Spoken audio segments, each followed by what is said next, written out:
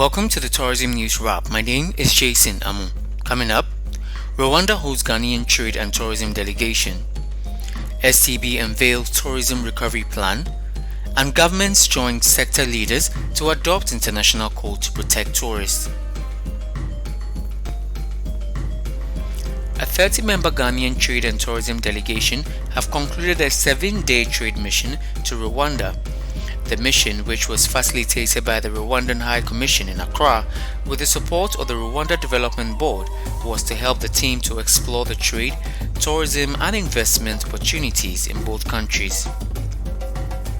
The discussion centered on collaboration, information sharing and investments. The team was composed of the Ghana Tourism Authority, Ghana Export Promotion, Ghana Tourism Federation and selected members of the Ghanaian media. The team held meetings with the Honorary Ghanaian Consular in Kigali, Daniel Carrera, the Rwanda Development Board and other side meetings during the trip.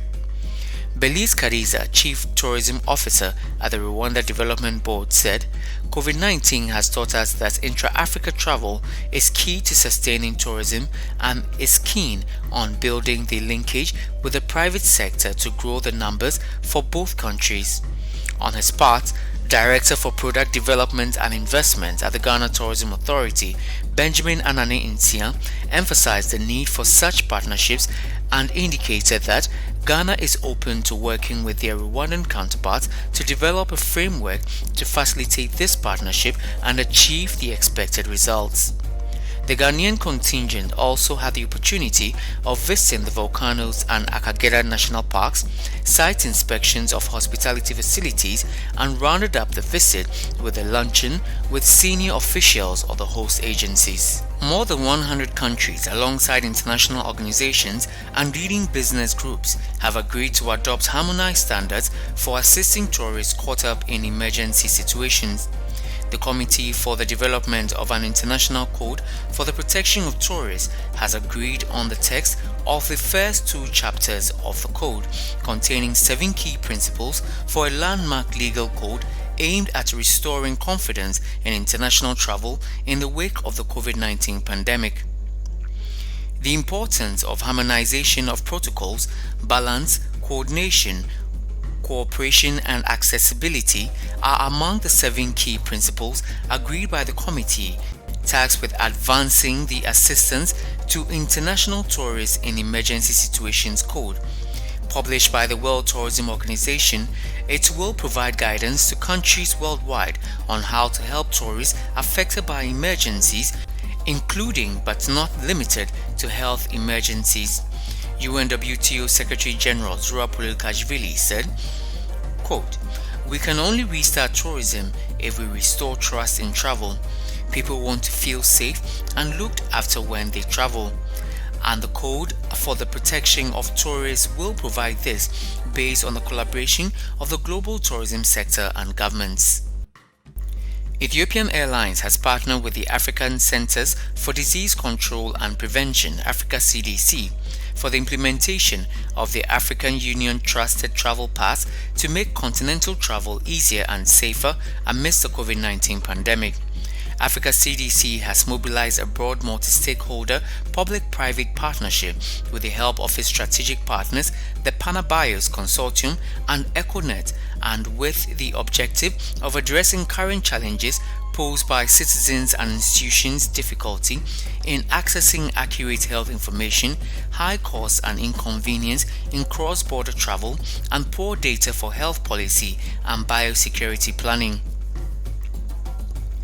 Commenting on the implementation of Travel Pass, Mr. Getine Tadesi, Chief Information Officer at Ethiopian Airlines, said, quote, "We are offering new digital opportunities to our passengers so as to fully and safely restore air travel. We are pleased to have introduced a digital platform that will be pivotal in increasing the number of passengers while making air travel safer." The Seychelles Tourism Board has outlined its plans to help the country's tourism sector recover from the devastating effects of the coronavirus pandemic. The plan was shared with industry players during the annual marketing strategy meeting.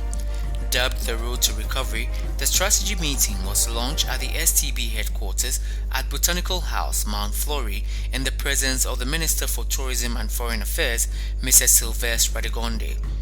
In his address, Mr. Radegonde stated that although the industry is facing difficult times, there are indications of a steady recovery from Seychelles tourism.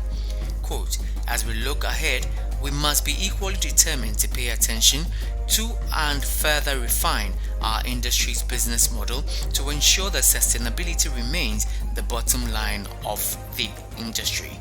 About 203 members of staff of Ghana's leading hotel, Labadi Beach Hotel, have received their first jabs of the AstraZeneca vaccines as at Friday, 12 March 2021. The vaccination, according to the hotel's general manager Renee, is another testimony of how the hotel cherishes its loyal staff and patrons. We have at Labadi Beach, for example, we do not and have never compromised with these measures. They are super important in order to ensure that people's trust comes back. We have a massive loyal customer base at Labadi Beach Hotel, and we owe it to them to ensure that we are at the very forefront of those protocols. For instance, all of my staff has been vaccinated. We made it our point of ensuring that we secured doses for absolutely everybody. It's a new dawn for us, but we're looking at the glass as being absolutely half full rather than half empty.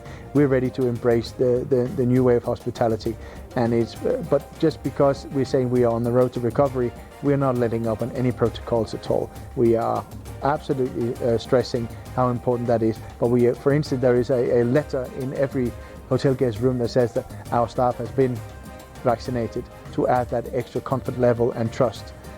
We feel we owe that to people.